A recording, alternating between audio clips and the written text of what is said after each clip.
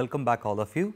I hope you have been enjoying the lecture so far and you have been putting in some time to work on the homework exercises as well. So, in this lecture we are going to look at what are called structures. So, we looked at one kind of aggregate data type called arrays earlier, and in this class we are going to look at what are called structures. So, structures as arrays are a collection of one or more variables. So, you have one or more variables, but as opposed to arrays, structures can have different types grouped together. So, if you look at an array, right, it is an aggregate type of the same variable data, same data type. So, I can have an array of integers or array of floating point numbers and so on, whereas structure lets you aggregate data which are even of different data types. So, let us take for example, a point in a two-dimensional plane. A two-dimensional plane will have an x coordinate and a y coordinate, and you want to keep this group together because that is what a point is, and one way to do that is as follows. So, you have something called a point which we call a struct. So, struct is a keyword in C. We say that point is a data type which has two things, some integer called x and another integer called y. From now on, point can be treated as a new data type that you created in your program. So, this is something that is absolutely new for your setup so far. So far we have been using all the data types that are already in place like int and float and character and so on, but for the first time we are seeing how to create your own data types. So, we have created a new data type called point which has x and y as two possible two members inside it. So, by doing this you get a mechanism for defining compound data types. As of now you do not have a storage. This is like saying I have an integer. So, only when you do something like int a comma int b and so on, you have variables of the names a and b. Just by having int in it you do not have a storage space. Similarly, when we have the basic data type called struct point, we are saying that this structure is going to have two things, an integer called x and an integer called y that is grouped together, and this collection is useful. Instead of looking at it as two different integers, this collection is going to be for a representing a point. So, let us look at this. A point in 2D is now two integers. There are different ways to declare structure variables. So, let us look at this top part. We have struct point int x int y, and we have this braces closing it, followed by point 1 and point 2. So, the way to interpret this is point 1 and point 2 are two variables of the data type called struct point, and the struct point data type has two integers in it, x and y. So, this is one way to do it, or if you have already defined only the structure without doing declarations for the variables, you can declare only this part saying that my point is a data type containing two integers. You could leave it at that and then come back and say that I want two variables point 1 and point 2, they are both of the type struct point. So, if you look at this line, right, it is quite similar to what we would have done for integers and floats and so on. So, on the left side you start with the data type and then you have a comma separated list of variable names, only that the data type has this keyword struct in front of it and a name that we have assigned to the data type. So, at this point the storage for point 1 and point 2 are allocated. So, point 1 will have two integers and point 2 will also have two integers.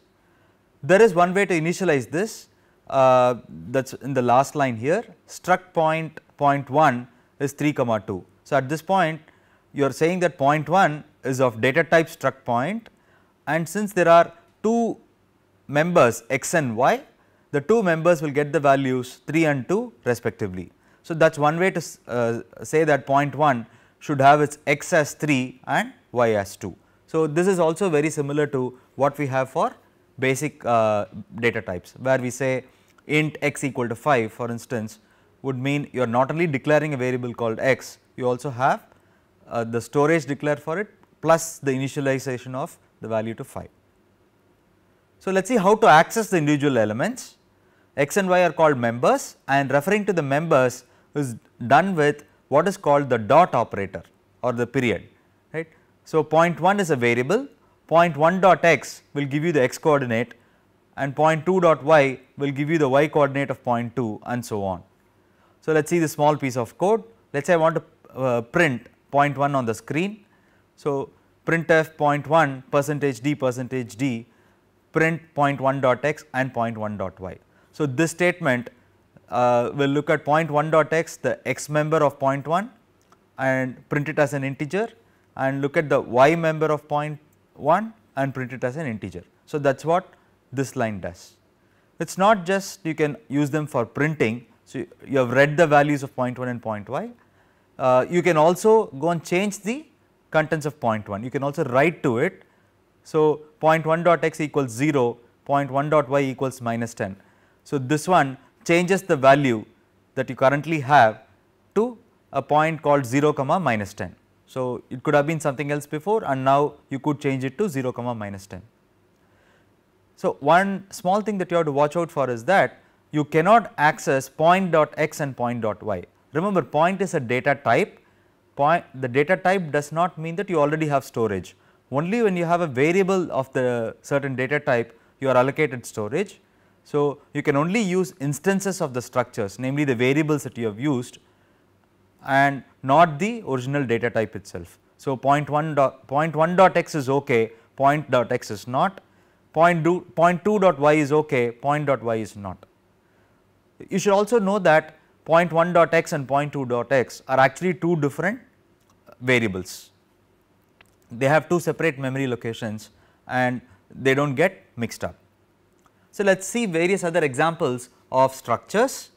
So, one classical example is of a student who has a student ID, and as an educational institution I may want to track what is the age of the student, is the student male or female, and what is the student's CGPA and so on. So, this is one logical group of things. I have the student ID, and along with that I have an integer called age, I have a character, I would probably put M or F depending on whether the student is male or female, and the CGPA is usually a floating point number. So, I am going to keep it as a double CGPA. So, this is a logical collection of things. Instead of keeping them as 4 separate integers, if I have it as a structure, so this collection has a meaning. So, it is all the information about a student, and we call this information here student info. Similarly, if I am going to look at a date, I have three things that make a date: the day, the month and the year. We need all these 3. Again, I could have kept it as 3 separate integers, but putting all of them as one logical unit makes sense, because then I can look at is today this date or set up today's date to be this and so on, instead of dealing with 3 separate integers which have no relationship to each other. Finally, let us look at another example called bank account. So, this is supposed to have details of a bank account. I of course have the name of the person who has the bank account. In this case, you have name, which is a character array of 15 bytes. So, the name can be up to 15 bytes. Then there is an integer account number. In this case, account number is expected to be integral, and the balance that you have in the account is supposed to be a double value, and I may want to track the birthday of my customers, and that in turn is a structure. So, this is what I was talking about earlier, that you could actually mix and match data types of different kinds and throw them into a structure. So, in this one we have a character array of size 15, an integer, a double, and within a structure we have another structure called date or birthday. So, there is a member called birthday whose data type is struct date. So, date I already mentioned has 3 members. So, in some sense we have a nested structures here. So, we have a structure called structure date within the structure called bank account. So, this kind of nesting is really useful. So, let us see another example here.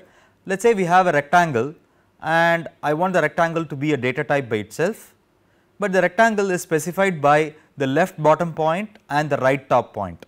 So, I have 2 different points that define the rectangle, namely the left bottom point and the right top point, and rectangle itself is a data type. So, this is useful. For example, I want to go and draw the rectangle, I will pass this structure called rectangle to the draw function. So, let us look at this struct rectangle. So, it says that we want a new data type called rectangle, and this in turn consists of 2 members, namely PT1 and PT2. PT1 is struct point data type and PT2 is also struct point data type, and somewhere we have to remember and know that PT1 stands for left bottom corner and PT2 stands for right top corner. Now, if you want to access something in this nested structure, you could do this. So, rect1 is a variable of type rectangle, you can see the declaration here. The data type is in the top and rect1 is the variable of the type rectangle. So, rect1.pt1.x refers to the variable rect1, it has two members pt1 and pt2, and the pt1 member has x as one of its member. So, you are looking at member of a member and you want that to be set to 4 and rect1.pt1.y to be set to 5.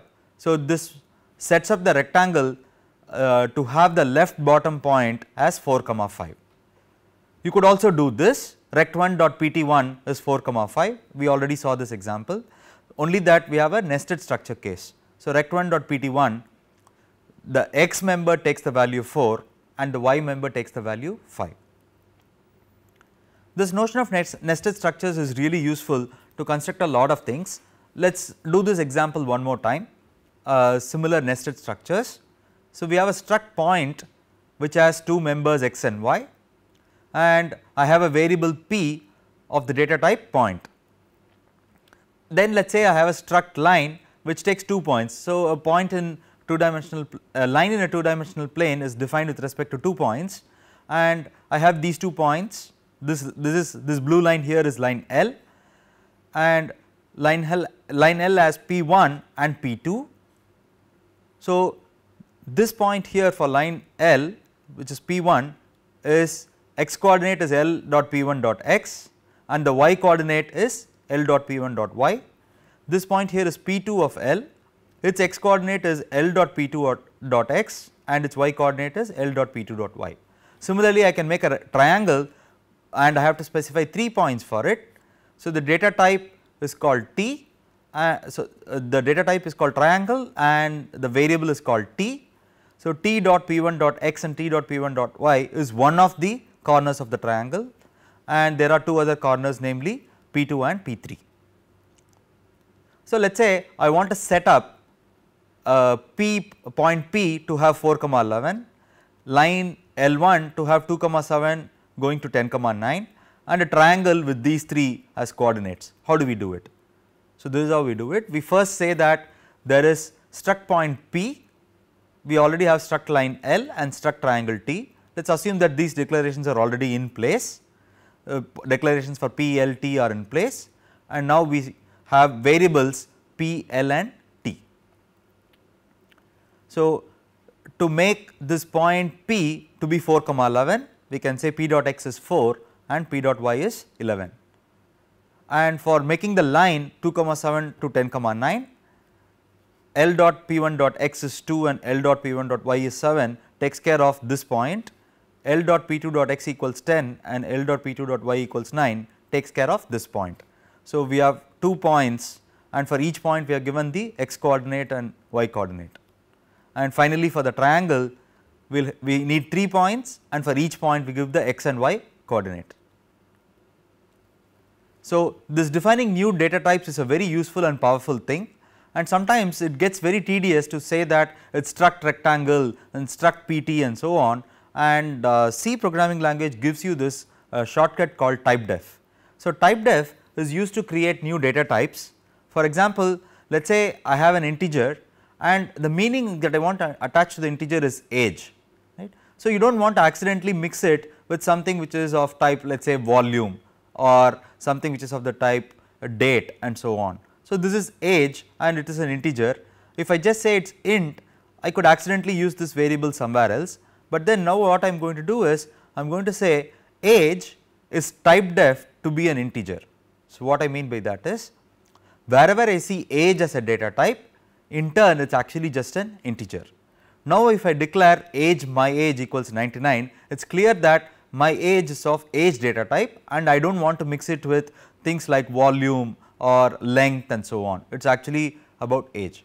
So, this combination of doing typedef is particularly useful in structures. So, for example, I could So, we were using this struct point and so on repeatedly. Now, I am going to use a shortcut which says type def struct point type, right. So, what this does is it defines a new data type called point type, which is actually a struct of type point. So, it is a structure of type point and the nickname for that is point type. From now on I can avoid saying struct point 1 and so on, and instead I can say point type point 1 point 2. So, in the last line here you can see that this is very similar to what we do for basic variables. We put the variables data type first and then a comma separated list, right. Only that the variables data type does not have this extra thing called struct followed by the structure name, instead it has this nickname called point type. So, this is actually equivalent to writing struct point 1 and point 2, right. So, it avoids typing the struct point every time.